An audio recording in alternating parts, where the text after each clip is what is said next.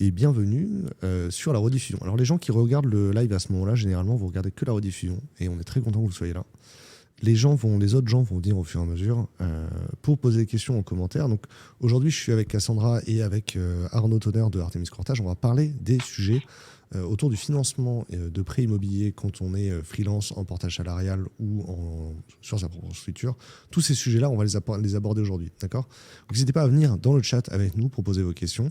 Là, je vais lancer la petite vidéo d'intro le temps qu'on fasse la promo. Mettez-vous à l'aise. Merci beaucoup d'avoir rejoint la rediffusion, d'avoir rejoint le webinaire. Super cool. Hop. Et intro.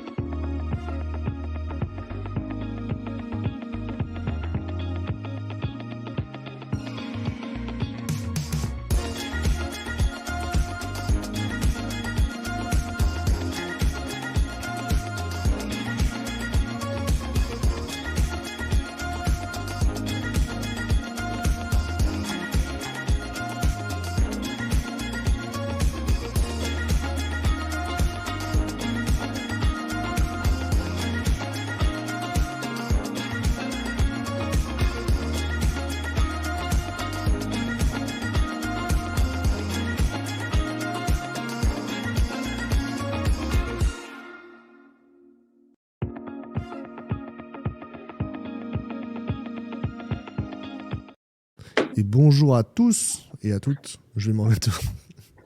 Je décidais qu'on commençait tout de suite maintenant parce que vous êtes déjà très nombreux dans le chat et vous avez déjà tous dit bonjour. Je vais remettre les messages de bonjour. Et je vais remettre un peu tout le monde à l'image comme ça. Hop. Merci à tous. Alors il y a Denis qui est venu, bien sûr. Denis qui est un nouvel indépendant. Bienvenue Denis dans le monde de l'indépendance. Julie, Jules, bien sûr, qui est à Nantes. Jules, je viens au Web Today cette année. Je suis très content de te rencontrer à nouveau. Hein. Hop, Tiffaine, Ibrahim, Asseb Achille, Mathis, David, Giovanni, bien sûr. Alors, les BizDev de In-Situ, est-ce que vous pouvez préciser dans le chat dans quelle ville vous êtes situé, qui sont les personnes qui devraient venir vous parler, représenter votre ville, bien sûr. Hop, bonjour tout le monde.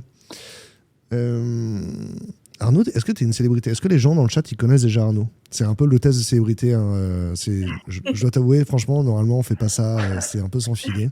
Qui dans le chat connaît déjà Arnaud ? Qui a déjà travaillé avec Arnaud ? Dites-nous tout. Hop.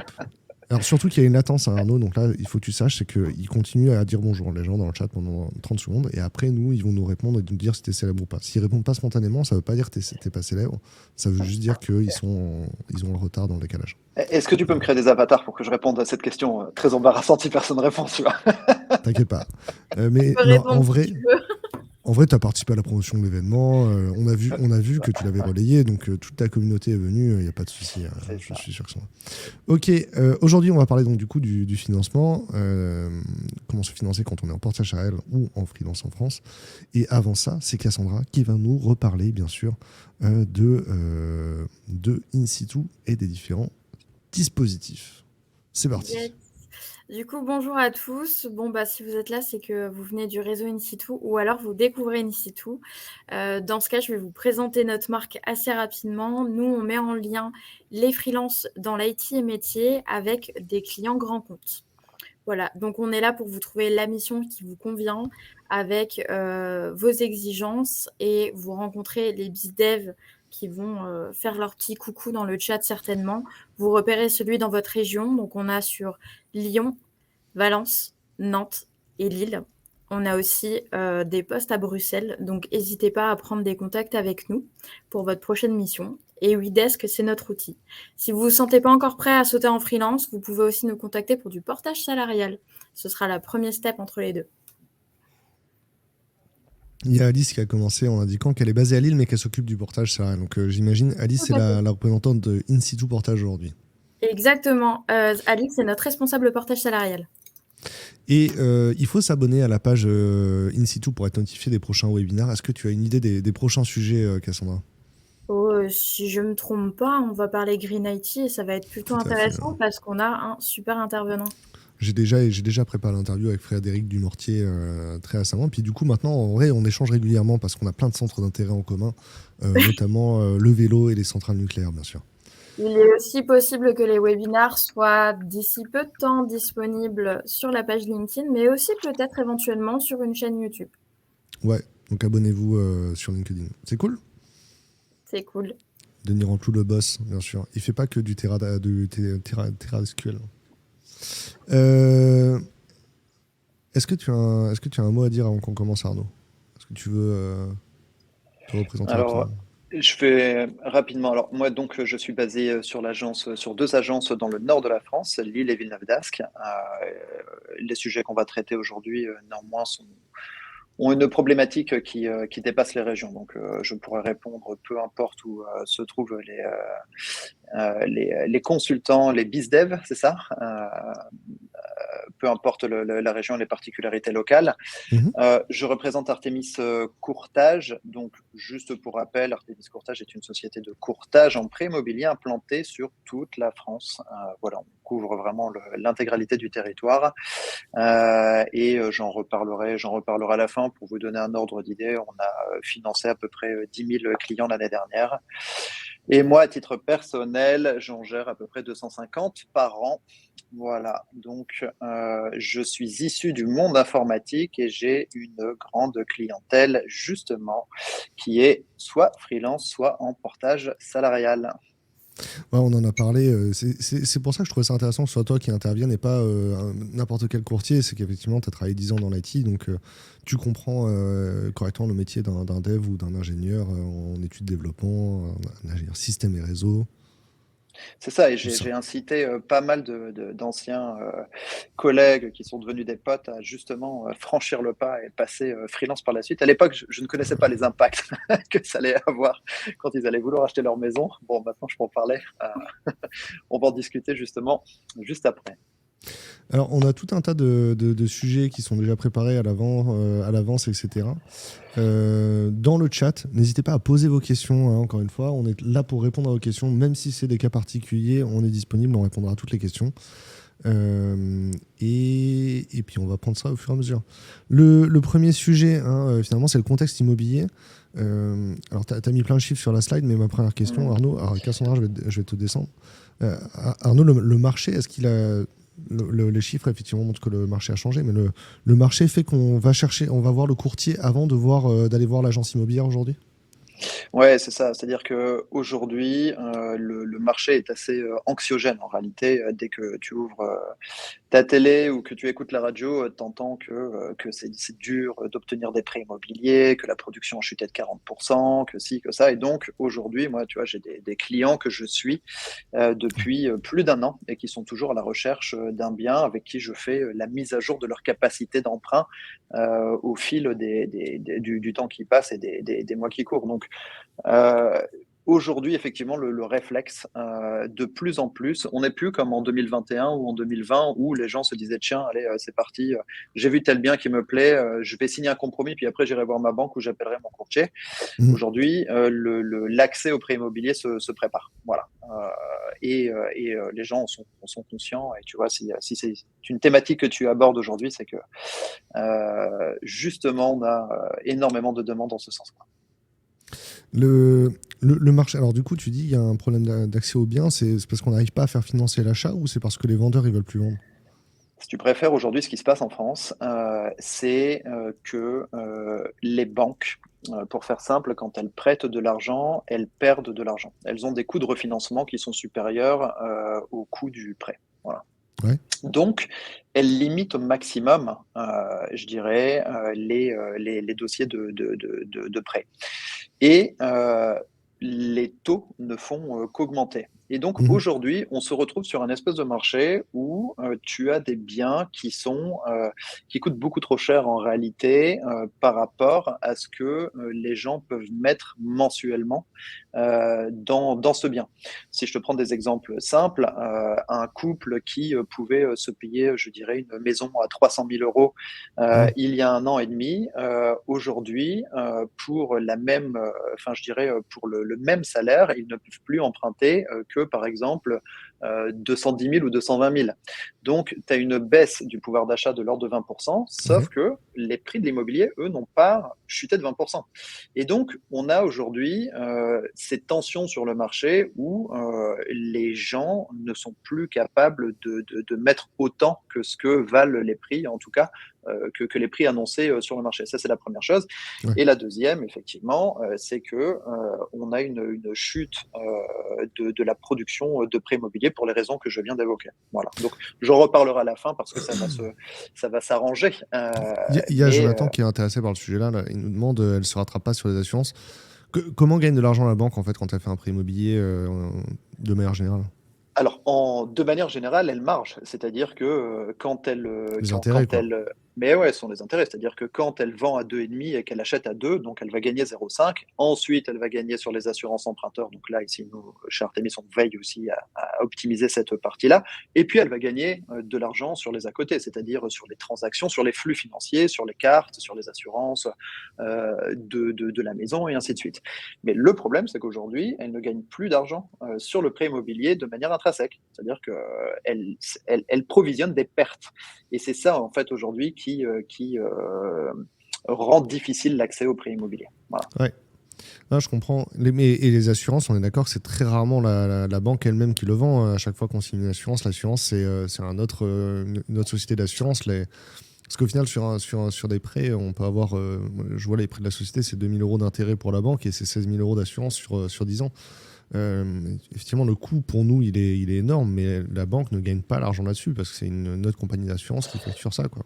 Eh ben, détrompe-toi, en fait, en réalité, alors on n'a pas les stats officielles, hein, c'est chasse Mhm. gardée des banques, bien évidemment, mais tu as beaucoup de personnes encore aujourd'hui qui ne cherchent pas à optimiser cette partie-là, qui font confiance aux banquiers. Ouais, Et donc, tu as quand même encore aujourd'hui beaucoup d'assurances emprunteurs qui restent en banque, en ouais, ok. réalité. Mais après, je te rejoins, bien évidemment, le gain sur ce poste est dans certains cas stratosphérique, quoi.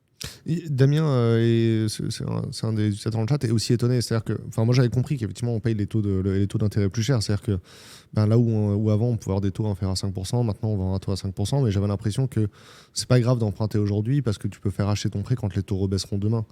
Mais ce que tu dis, c'est que la capacité d'emprunt, elle est aussi baissée par le contexte macroéconomique, quoi.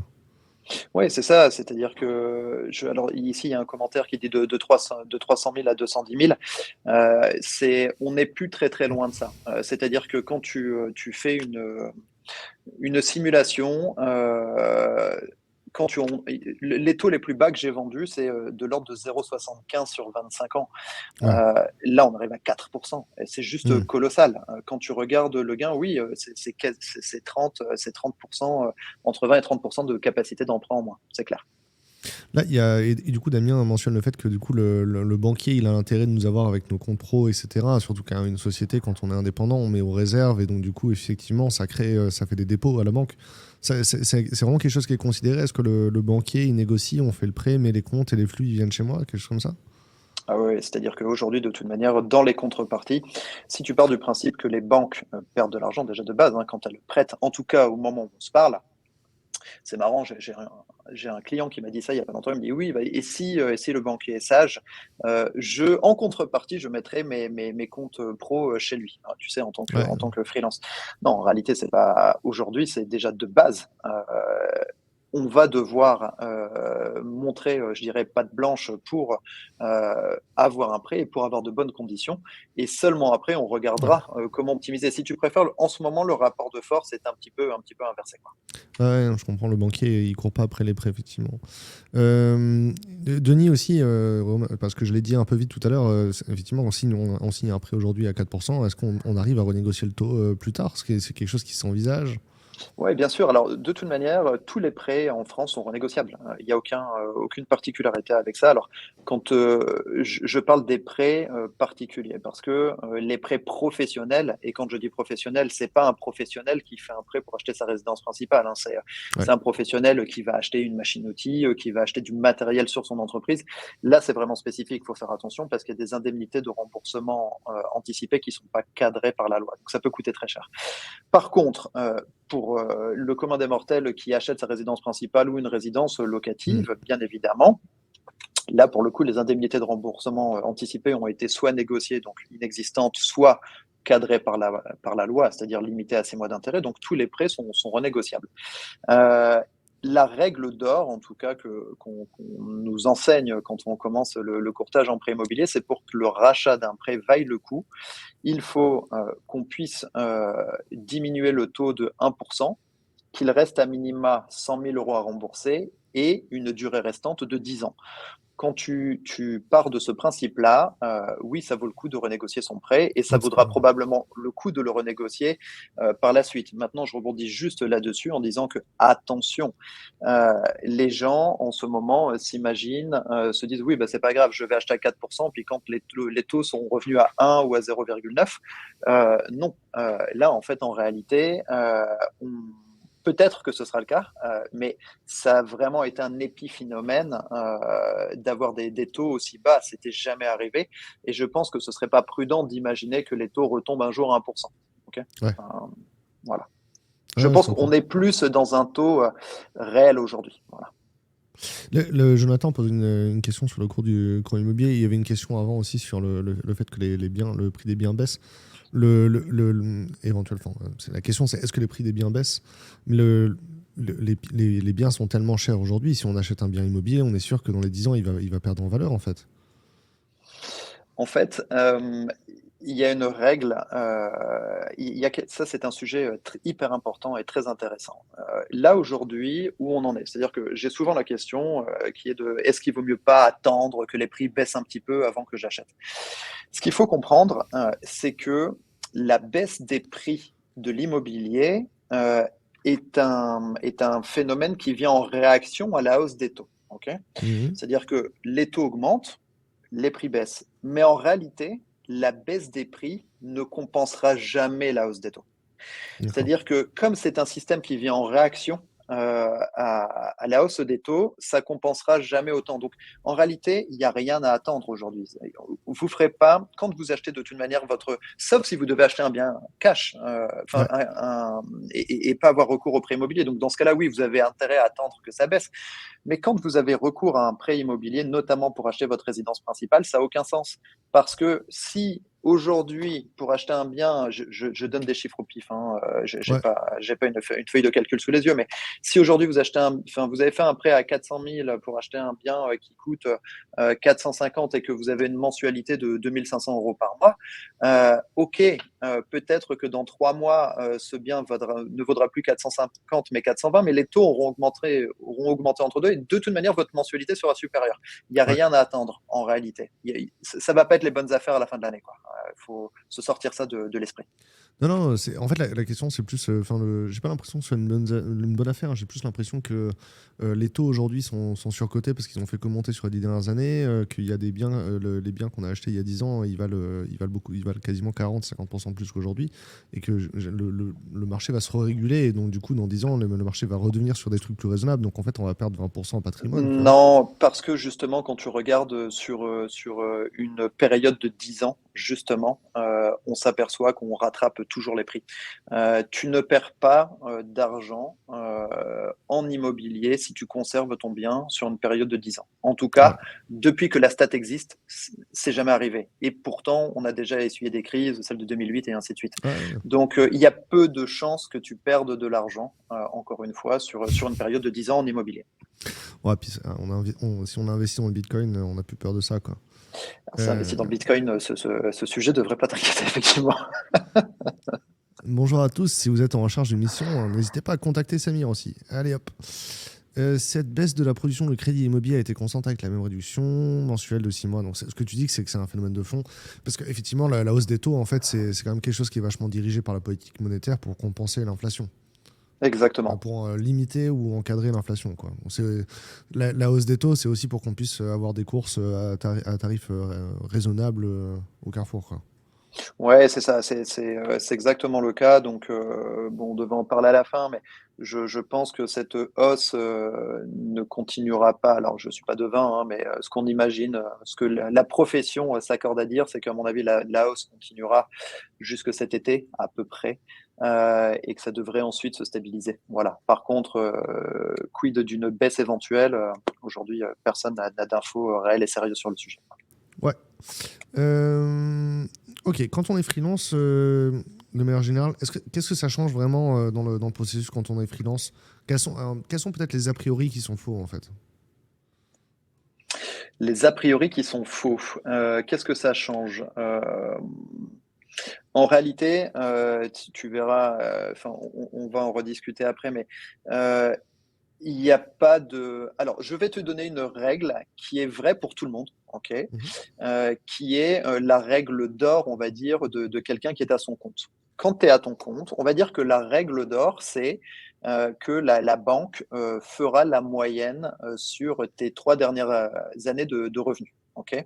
Ça, c'est la règle d'or. Voilà. En réalité, maintenant, il y a autant de cas de figure, j'ai envie de dire, qu'il y a de candidatures auprès. Donc, il faut vraiment étudier ton dossier de manière individualisée. Donc là, moi, je vais essayer de vous apporter quelques éléments de réponse, mais tu t'aperçois que suivant les banques, déjà, ce ne sont pas les mêmes règles qui sont appliquées. Je ne parle pas des grandes règles qu'est la loi d'ailleurs aujourd'hui, par exemple du 35% du taux d'endettement, ainsi de suite. Mais je te parle de l'appréciation des revenus pour un freelance et du portage salarial, parce que le webinaire va tourner autour de ça. Donc, il faut vraiment travailler ce sujet en amont parce que chaque cas de figure est différent. Voilà. Ouais.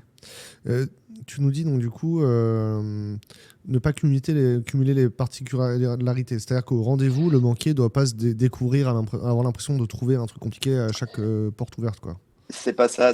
Alors, c'est-à-dire qu'aujourd'hui, on a compris que le contexte était pas forcément très simple d'un point de vue bancaire. Il faut pas rajouter quand on est freelance ou quand on est en portage salarial, c'est un peu déjà une particularité en soi par rapport à deux personnes qui sont en CDI salariés. Tu vois, on est déjà sur une approche un petit peu différente. C'est pas forcément les mêmes conseillers bancaires parce que c'est du pro, ce sont pas les mêmes règles de calcul. Et quand je dis qu'il ne faut pas cumuler les particularités, c'est que il ne faut pas, par exemple, je vais prendre l'exemple d'un salarié, mais il ne faut pas être en période d'essai, sans apport, en ayant été à découvert les 3 derniers mois, en revenant de l'étranger sans avoir je dirais, d'avis d'imposition. Enfin, alors, ça fait sourire, mais j'en ai des cas comme ça. Ah non, Donc, mais je rigole, c'est juste le découvert. Moi, j'ai une bonne itération de découvert, j'utilise souvent, ouais, effectivement. Mais alors là, c'est pareil, le découvert, c'est pas grave. Ce qu'il faut pas, ce sont des frais d'intervention. Mais Ce que je veux dire par là, c'est qu'il ne faut pas rajouter de la complexité sur la complexité. Et donc, quand Ouais. je dis préparer son dossier en amont, l'optimiser ou embellir son dossier, l'idée, c'est vraiment ça, c'est vraiment de travailler son dossier en amont. Venez voir un professionnel du prêt qui pourra vous prodiguer les conseils ou faites des recherches. Mais aujourd'hui, contrairement à il y a 1 an et demi ou 2 ans, encore une fois, un dossier de prêt immobilier se travaille. Voilà. Ouais. Audrey dit, alors il y a Audrey et Romain qui n'ont pas les mêmes échos, hein. Audrey, elle dit qu'elle a 1 an d'activité et que son banquier lui a rayonné. Romain dit que lui, il a 18 mois et il a 2 banques qui le suivent. Toi, tu as mentionné 3 ans de bilan. On peut emprunter la première année ou il faut vraiment attendre la fin, le milieu de la deuxième, quelque chose comme ça? Alors, regarde, je vais te dire, je suis en train en ce moment de faire passer le dossier d'une personne qui est freelance depuis 6 mois. Et ça se justifie. Pourquoi? Parce que ça faisait 14 ans qu'elle était dans le métier, parce que son client nous a fourni une lettre d'intention de reconduire ses missions sur une période qui fera 1 année complète, parce que il y a de l'apport sur le projet, donc la banque est rassurée. Donc tu Ouais. vois, non, j'ai pas 3 ans, j'ai 6 mois. J'ai même pas un bilan et pourtant j'arrive à faire passer le dossier et à contrario, je peux avoir le dossier de quelqu'un qui sort de l'école, qui n'a pas encore fait ses armes Ouais. en tant que consultant, qui passe freelance, où j'ai pas cette fois-ci d'antériorité, j'ai rien à quoi me raccrocher si tu préfères.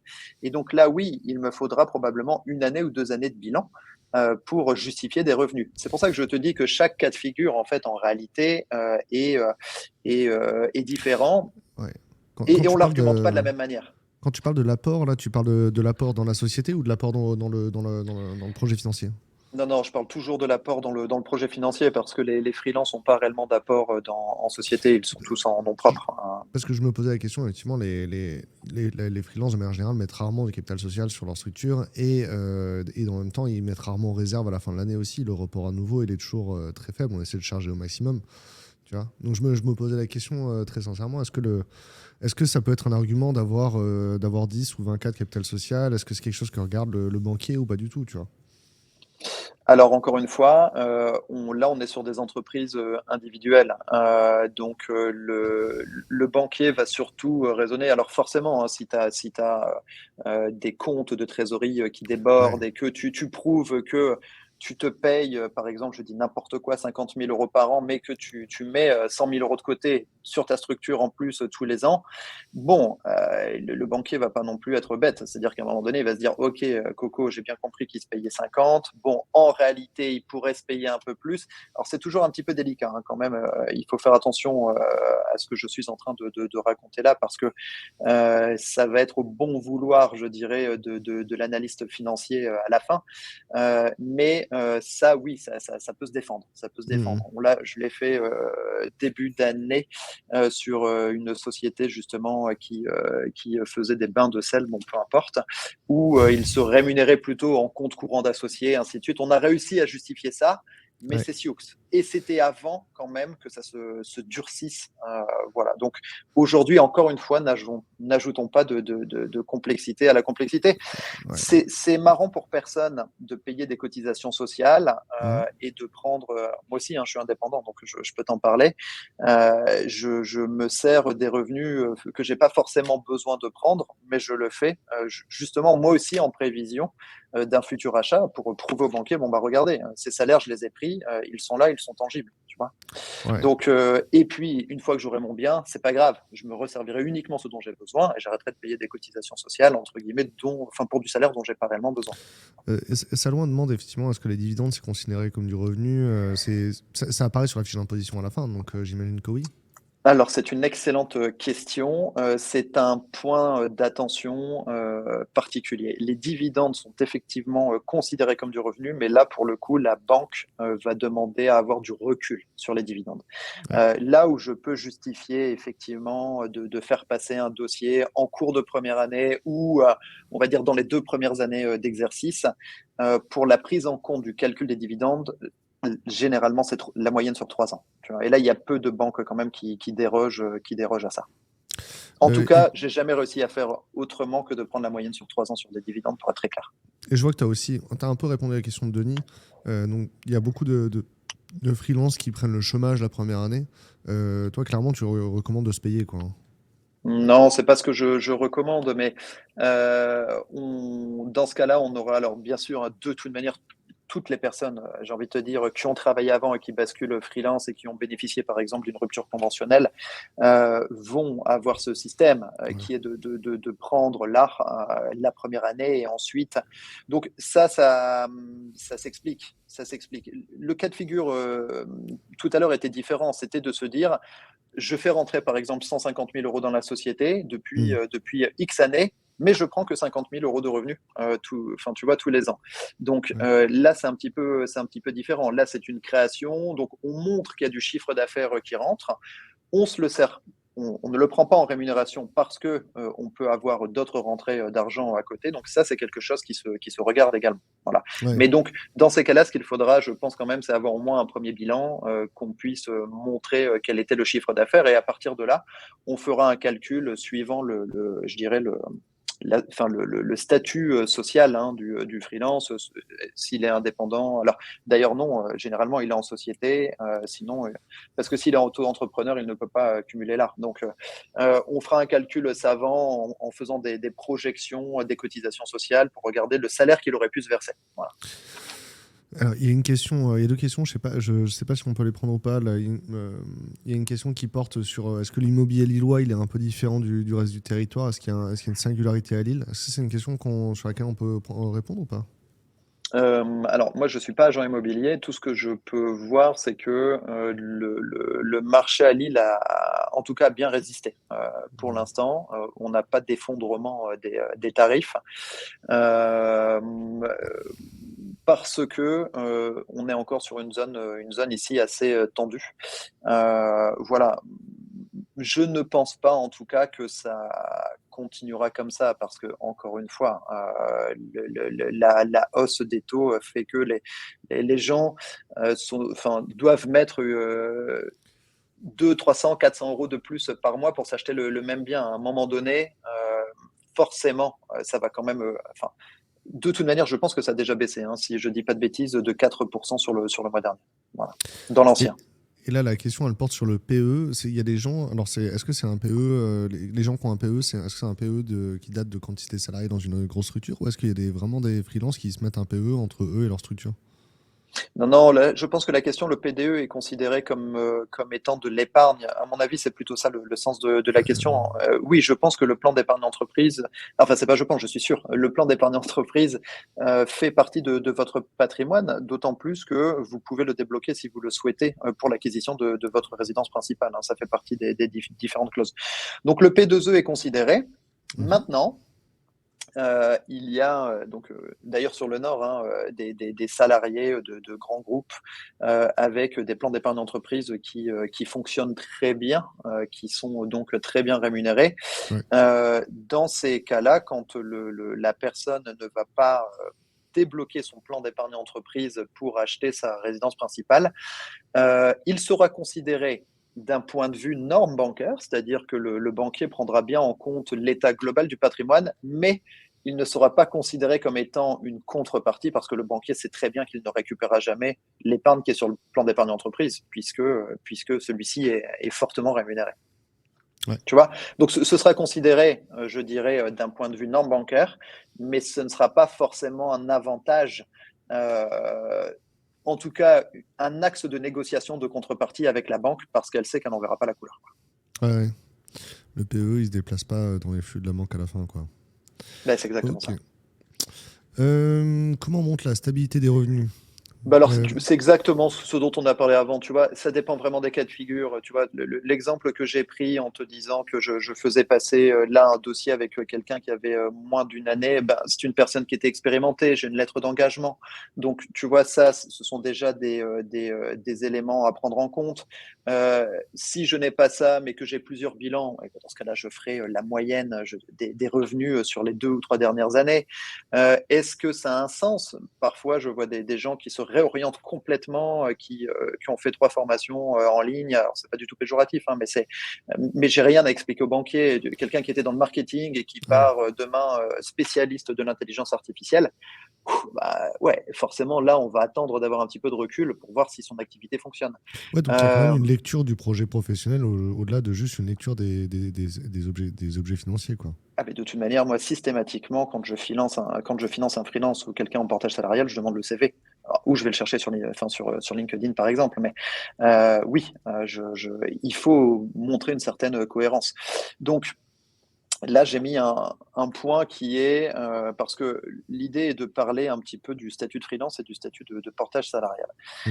En fait, en réalité, si on se mettait déjà au bout, avec 2 années de recul, on va dire, j'ai plus réellement de différence au niveau du financement entre les deux statuts, c'est-à-dire que les mécanismes vont être les mêmes. D'un côté, je vais regarder tous les salaires qui ont été perçus pendant 2 ans, je vais faire la moyenne. De l'autre côté, je vais faire la même chose. Donc, le seul petit avantage qu'on aurait, alors je reviens pas du tout sur les avantages fondamentaux d'être en portage ou d'être freelance. Voilà, c'est pas le débat aujourd'hui, mais c'est de dire que le seul avantage que je pourrais avoir à être en portage pour quelqu'un, par exemple, qui sort de l'école, qui a rien à justifier, on est dans la première année, je pourrais prendre en compte le montant de la rémunération fixe du contrat de portage salarial. Ok, mais elle est généralement relativement faible, donc c'est vraiment un tout petit avantage.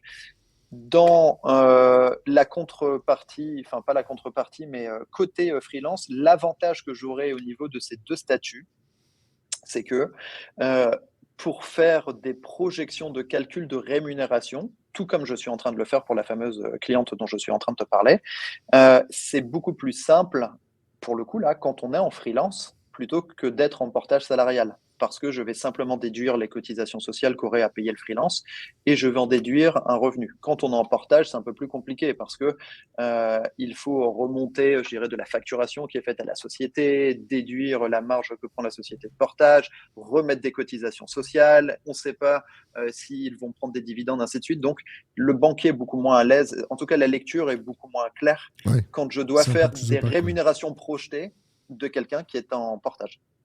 Ouais, je comprends, c'est un peu plus opaque, du coup, le portage. Ça te fait plus de travail, mais à la fin, le résultat est le même, non? À la fin, oui, au bout de 2 ou 3 ans d'ancienneté, le résultat. Alors, le résultat est le même, c'est-à-dire que les calculs des revenus redeviennent simples, entre guillemets. Le résultat, encore une fois,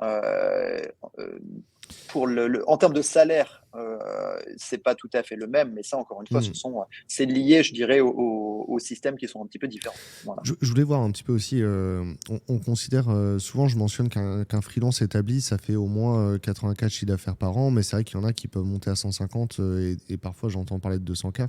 C'est quoi la bonne fourchette, toi, la fourchette où tu considères qu'un freelance, il a des bons revenus, quoi? J'ai pas de. En fait, il y a des grilles plutôt, si tu préfères, bancaires qui sont les mêmes d'ailleurs que tu sois freelance ou salarié.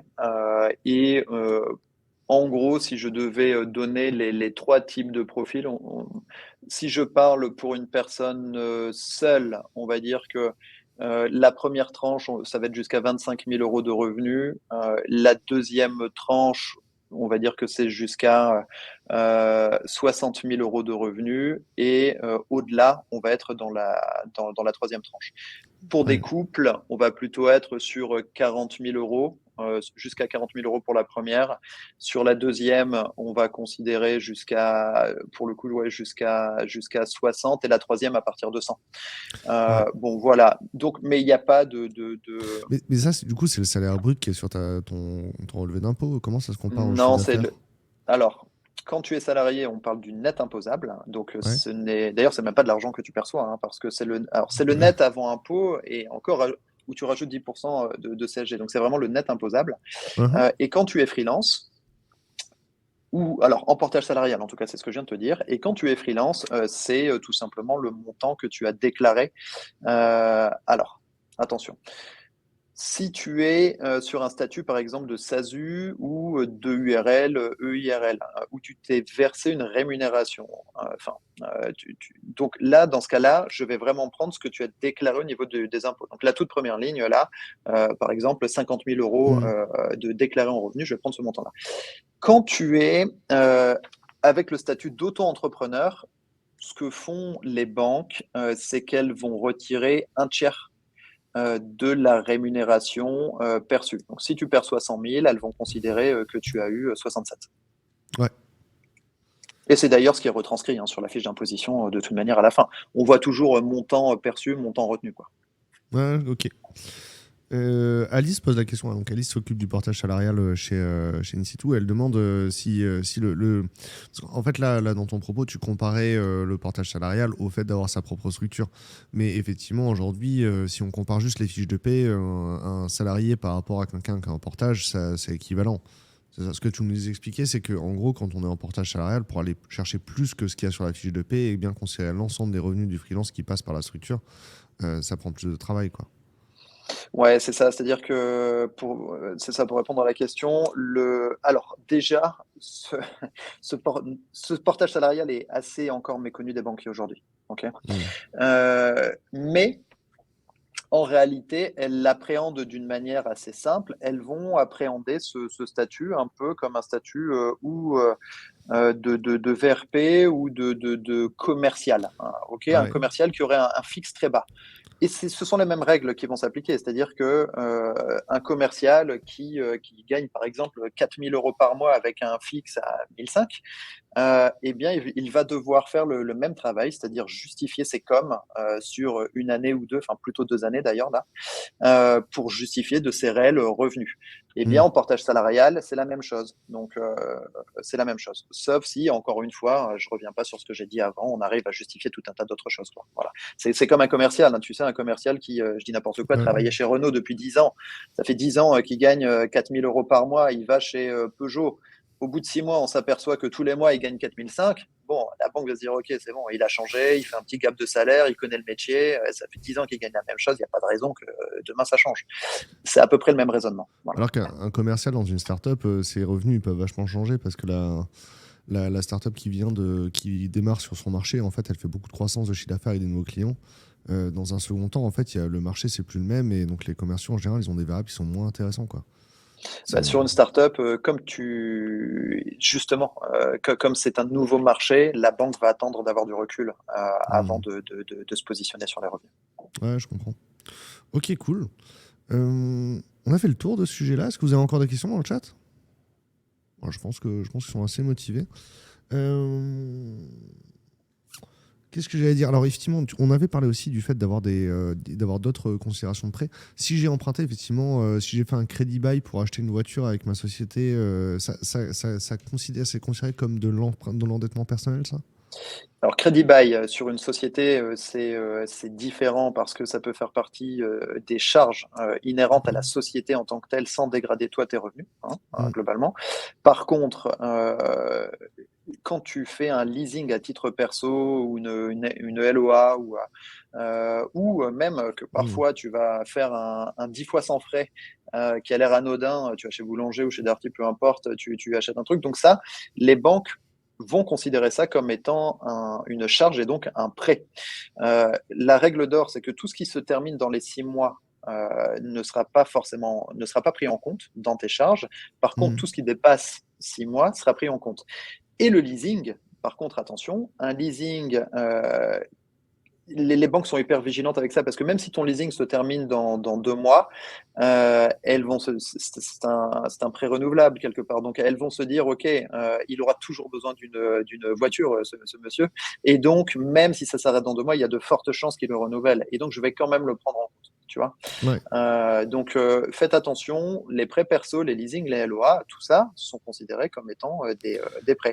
Et donc, ce que j'ai mis, besoin d'un véhicule ou non, travailler en remote, j'ai des banques qui m'ont déjà demandé de justifier le fait que la personne, elle n'allait pas acheter un véhicule par la suite parce qu'elle devait travailler en remote ou parce que ci, parce que ça, ou de justement donner la carte grise. Je me rappelle très bien d'un policier qui avait déménagé un petit peu plus loin de chez lui. J'ai dû donner la carte grise de sa moto pour prouver qu'il avait un moyen de locomotion. Alors, des fois, en ce moment, c'est assez dingue. Donc, on peut avoir parfois des choses comme ça. Voilà, on a Là, il y a une remarque dans le chat de Frédéric, justement, en fait, je crois qu'on s'est bien compris, parce que Frédéric dit qu'effectivement, le banquier en portage salarial, le banquier a regardé que les 3 dernières fiches de paie. Alors qu'en vrai, Frédéric a plus de revenus que ce qu'il y a sur ses fiches de paie, mais elles sont opacifiées par la structure. Donc là, effectivement, il a pu signer ses emprunts, mais il aurait pu avoir des meilleures conditions s'il avait fait considérer tous ses revenus ou pas? Ben non, Frédéric, en fait, en réalité, je suis d'accord avec toi. Tu n'as justifié que de tes 3 derniers mois de salaire, mais tu as aussi justifié de tes 2 derniers avis d'imposition, obligatoirement. Et donc, tout dépend depuis quand, en réalité, tu es en portage. Mais tu vois, si tu es porté depuis longtemps, bien évidemment, tu n'as donné que tes 3 dernières fiches de paye, sauf que la banque s'est basée aussi sur tes 2 dernières déclarations d'impôts. Et en fait, elle a fait la moyenne sur plus que, enfin, en tout cas, sur une durée plus longue que 3 mois. Voilà. Ok. Est-ce que ça marche de dire effectivement aujourd'hui j'ai un prêt auto, mais vu que je suis free et que je suis complètement remote, j'ai plus besoin de ma voiture, il faut pas considérer le prêt auto, quoi. Oui, si tu peux justifier qu'aujourd'hui tu prestes justement en remote, il n'y a Mhm. pas de souci. Tu peux dire, moi je la revends, je solde ce prêt-là. En fait, tant que ça a un sens et que c'est justifiable, tout est possible. Voilà. Ouais. Ouais, je comprends. Hop, tac. Euh, Préparer la documentation, ça c'est le vrai intérêt de passer par un courtier, hein. Alors, aujourd'hui, c'est ça. C'est-à-dire que au-delà de l'intérêt de passer par un courtier, ça j'y reviendrai juste après, mais aujourd'hui, il faut vraiment, encore une fois, montrer patte blanche pour plusieurs raisons. La première, c'est parce que déjà, il y a un choix qui est un petit peu plus fort sur les personnes à qui les banques vont décider de prêter. Et puis surtout, dans un contexte où les banques ne sont pas forcément motivées à faire du prêt à outrance, il vaut mieux donner aujourd'hui un dossier qui soit bien ficelé, soigné, bien présenté tout de suite, complet. Alors je sais que ça fait rire personne, hein, enfin nous, en tant que courtier, ça nous amuse pas de réclamer 20 fois les mêmes documents aux clients. Enfin, je veux dire, voilà, si Mhm. on pouvait faire en sorte, juste avec une déclaration d'avoir un prêt immobilier, on s'en priverait pas. Mais Mhm. non, on demande énormément de documents parce que les banques nous les réclament. Et ça, c'est vraiment quelque chose à prendre en compte. C'est-à-dire que si on donne, que ce soit au siège de la banque ou à un conseiller en particulier, un dossier qui est mal ficelé, euh, il va avoir tendance naturellement à le mettre un petit peu de côté et le temps joue contre nous. C'est-à-dire que les taux augmentent tous les mois, voire tous les 15 jours pour certaines banques et on n'a pas le temps pour des problèmes, je dirais, de présentation ou administratif, de se tirer une balle dans le pied, quoi. Voilà. Donc c'est là où aujourd'hui, parce que, enfin, tu Ouais. vois, j'ai un dossier là où, mais c'est tout le temps comme ça, c'est toute l'année où enfin, le client me dit, mais pourquoi vous me réclamez encore ce truc-là et ce truc-là? Mais je dis, déjà, c'est pas encore, c'était dès le départ, on vous a réclamé ça. Et ne venez pas, s'il vous plaît, me demander pourquoi. Alors, je vous réponds, mais il y a un moment donné, si on l'a pas, on n'aura pas le prêt. Tu vois ce que je veux dire? Ouais, je Et comprends. c'est dommage, parce qu'à rechigner, à tout donner tout de suite, tu vas perdre 15 jours et tu vas te prendre 0,3. Et puis finalement, bah, ça va te coûter 200 balles de plus tous les mois parce que ce document, tu seras obligé de le donner quoi qu'il arrive à la fin. Tu vois. Donc ça, c'était juste un petit rappel en disant, attention, un dossier soigné sera privilégié, soyez bon élève, c'est casse-pied, mais il faut le faire, quoi. Quand on achète en couple, il faut, et que la personne avec qui on est en couple elle est salariée, il faut que les deux personnes elles viennent pour faire le dossier de financement, hein. On fait pas le Mais freelance d'un côté et la si, salariée ou la salariée de l'autre si côté, vous hein. achetez ensemble, oui. Maintenant, si vous achetez pas ensemble, pas forcément. Hmm. Mais en tout cas, toutes les personnes qui courent empreinte devront fournir les mêmes justificatifs. Ouais, je comprends. Et Et si tu donc, es dans une SCI où il y a 5 personnes, eh ben, les 5 devront fournir les docs. Tiens. alors, il y a deux questions, je ne sais pas si on peut les prendre, tu vas me dire. La première, c'est est-ce qu'on peut emprunter sans apport aujourd'hui? J'en ai aucune idée. Est-ce que tu en as une idée, toi? Oui, on peut emprunter sans apport encore aujourd'hui. Très bien. Et Nicolas Alors, nous on demande. peut emprunter Ouais. sans apport. Maintenant, il faut quand même avoir de l'épargne. C'est-à-dire Ouais. que tu n'es pas obligé de mettre ton épargne dans le projet. OK.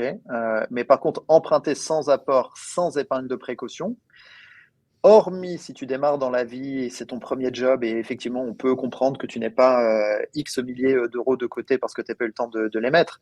Mais la banque va quand même être vigilante à l'épargne de précaution qui restera. Et si c'est justifiable ou pas. Voilà. Épargne de sécurité, ouais. Nicolas demande si ça se fait d'emprunter pour faire l'investissement locatif ou investir dans les SCPI ou est-ce que les banques elles préfèrent vraiment que financer l'achat d'une propriété, quoi. Non, alors, bien évidemment, on peut, emprunter, pour faire un investissement locatif et aussi pour investir, dans des SCPI. Alors les SCPI, je ne vais pas m'étendre dessus parce que c'est un sujet un peu particulier. Mm. Ça, les SCPI, pour faire simple, les banques, qui veulent prêter, de l'argent pour les SCPI, veulent aussi vendre leurs propres SCPI. Donc, en général, ça fait un peu partie des contreparties, quoi. OK, tu vas acheter, les SCPI que tu veux, mais la banque va aussi te vendre des siens. Bon, ça, c'est un peu l'idée. Mm. Et possible d'emprunter pour faire un investissement locatif, oui, bien évidemment. Maintenant, la banque va toujours préférer que vous achetiez votre résidence principale en premier lieu. C'est Ok. pour le reste à vivre, ça? C'est plus c'est plus une notion, je dirais, d'ordre des choses. C'est-à-dire que d'abord, tu achètes ta résidence principale, ensuite, tu achètes ton locatif. Donc, si tu achètes d'abord Mm. ton locatif, il ne faut pas forcément voilà, présenter le dossier. En tout cas, il faut être intelligent dans la présentation. Là, on est sur la fin du webinaire. On a déjà dépassé la timebox, donc n'hésitez pas à poser vos dernières questions et peut-être qu'à un moment, on arrêtera d'en prendre, hein. Là, Charles-Henri, c'est un cas particulier donc, que tu as mentionné, hein. C'est quelqu'un qui était à l'étranger et qui revient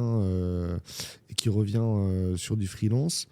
Les déclarations de revenus, donc si j'ai travaillé aux États-Unis par exemple, mes déclarations de revenus à l'étranger, on peut essayer de les considérer pour faire considérer finalement les revenus futurs de la structure indépendante que je suis en train de créer. Oui, bah, en fait, là, c'est typiquement un cas où on peut, expliquer à la banque que monsieur travaillait pour cette société, depuis X temps. Aujourd'hui, il devient freelance de cette société, mais cette société le connaît, parce qu'elle l'a employé, de ce que j'ai compris, hein, du coup, par le passé. Donc là, on pourra probablement peut-être avoir une lettre de l'employeur ou en tout cas du client maintenant, qui s'engage un petit peu en disant: «Bah, voilà, nous, effectivement, on a toute confiance, on compte, prendre les services de ce monsieur pendant X Ouais. temps. Et avec ça, oui, je pourrais argumenter et faire passer des projections de revenus. Alors, la question de Tierno Suleiman, elle m'intéresse quand même un petit peu parce que c'est vrai que les freelances en fait peuvent très bien avoir un PEL. On n'est pas tous YOLO à vivre au jour le jour, quoi. On est d'accord que ça arrive que les freelances se présentent avec un PEL le jour de l'emprunt, non? Euh, je vois. Alors, je vais prendre des réserves parce que s'il y a une particularité, je la connais pas, mais moi, je ne vois pas pourquoi est-ce qu'un freelance serait traité de manière différente d'un salarié en utilisant les fonds de son PEL. Pour moi, le PEL, il sert juste à avoir un taux bonifié, donc taux qui ne valait absolument pas le coup, hein, sur les dernières années. Mais à ma connaissance, il n'y a pas de distinction entre un freelance, quelqu'un en portage ou un salarié. Ah, il y a Jonathan. Je vais creuser, hein, ce point-là, je te donnerai la réponse, on pourra la poster. Ouais. Mais voilà, parce que je ne sais pas s'il y a un piège sous-jacent. En tout cas, pour moi, il n'y en a pas, quoi. Il y a Jonathan qui a réagi à quelque chose qu'on a dit il y a plusieurs minutes. Il dit intelligent, c'est-à-dire. Jonathan, en vrai, reprécise ta question si tu veux qu'on puisse y répondre, parce que là, on a du retard. On n'est pas synchronisé avec le chat, donc je ne sais plus sur quoi tu réagis exactement. Comment on facilite à aider un courtier à faciliter le processus? En vrai, on a déjà beaucoup parlé de tout ça finalement. C'est Ouais, du on en a déjà dossier. beaucoup parlé. En fait, vous l'avez compris, être en portage ou être freelance, ça nécessite en tout cas de bien présenter le dossier, de bien appréhender le système et surtout la manière dont la banque va étudier le dossier. Donc, c'est en ce sens qu'un courtier qui connaît son métier, qui a l'habitude de travailler en tout cas avec cette population va pouvoir vous aider. Ce que j'ai mis en dernier point, attention aussi, bien évidemment, au courtier que vous choisissez. Euh, Artemis Courtage, par exemple, a quasi l'intégralité de toutes les conventions bancaires. C'est hyper important aujourd'hui de pouvoir travailler avec une grande diversité de banques. Voilà. Euh, je ne vais pas parler des avantages des courtiers en long, en large, en travers, mais aujourd'hui encore plus qu'hier, en tout cas, je pense que c'est important de se faire épauler par un professionnel du crédit. Voilà. Hop, tac. Alors Jonathan nous dit c'est par rapport à la manière de présenter la candidature. Alors une manière intelligente de présenter la candidature, je pense que ça veut dire simplement qu'il faut que ce soit simple à comprendre et valorisant, quoi.